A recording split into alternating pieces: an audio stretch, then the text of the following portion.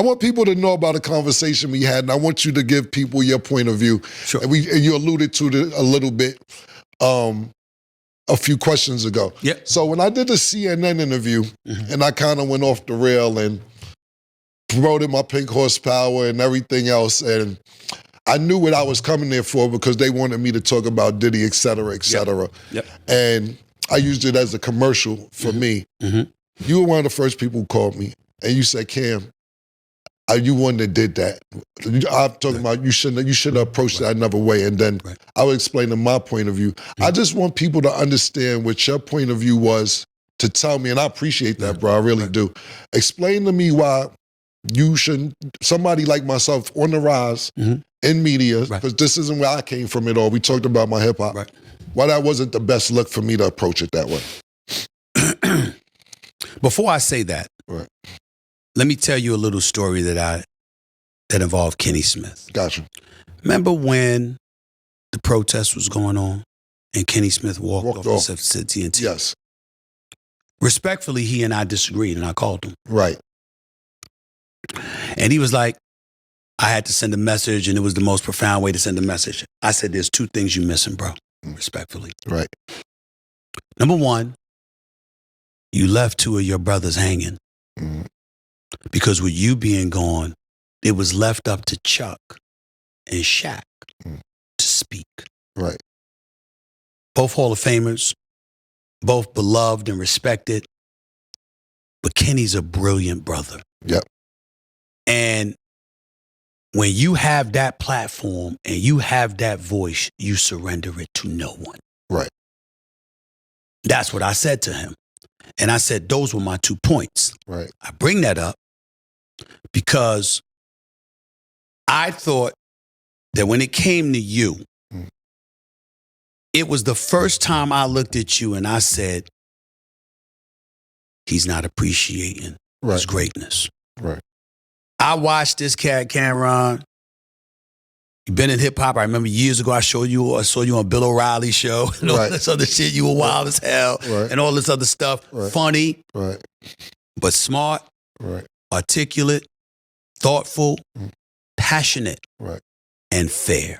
Right. Those are the components that you bring to a platform like that. Right. You don't let that go because you're trying to promote something or you're trying to downplay anything. No. Right. You know why? Because you want them to call you back rather than call another brother or sister who can't articulate the way that you can, who ain't as knowledgeable as you are, who ain't as thoughtful and as fair-minded and as sincere as you are. You ever heard, you know when we growing up, right? As black folks, how many times as black folks we grew up and we saw some negative shit in the news in our neighborhood and stuff like that, or a neighborhood similar, the hood is the hood, right? Right. And we said, sorry asses, why they put that goddamn person on television? You understand what I'm saying? Person got 3 teeth, can't speak, can't articulate themselves. Look, it pisses us off. You see what I'm saying? Because why didn't they come to somebody like us? Right. And my point to you was, you that us. Got you. So I'm looking at you and I'm like, yeah. Right. Go ahead, Cam, because they ain't called me. Right. They ain't called. I mean, they called me every other night. They ain't called me that night, right? And I'm like, but we good, because Cam there. Right. And Cam'ron, to me, didn't take advantage of that moment. Gotcha.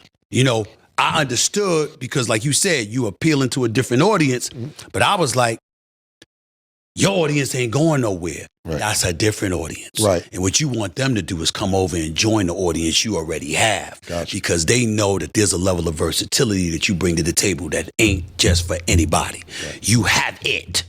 And so for me, that's how I looked at you. And I was saying, what you doing? And you explained yourself, and I understood exactly where you was coming from. And I'm one of those cats, like Scoop Jackson is one of my good friends. And I remember when I talked to Scoop, and I was like, yo, bro, you want to make this paper. You got to dress a little sharper. You got to be suited down, blah, blah, blah. He said, Stephen A., I don't care about none of that.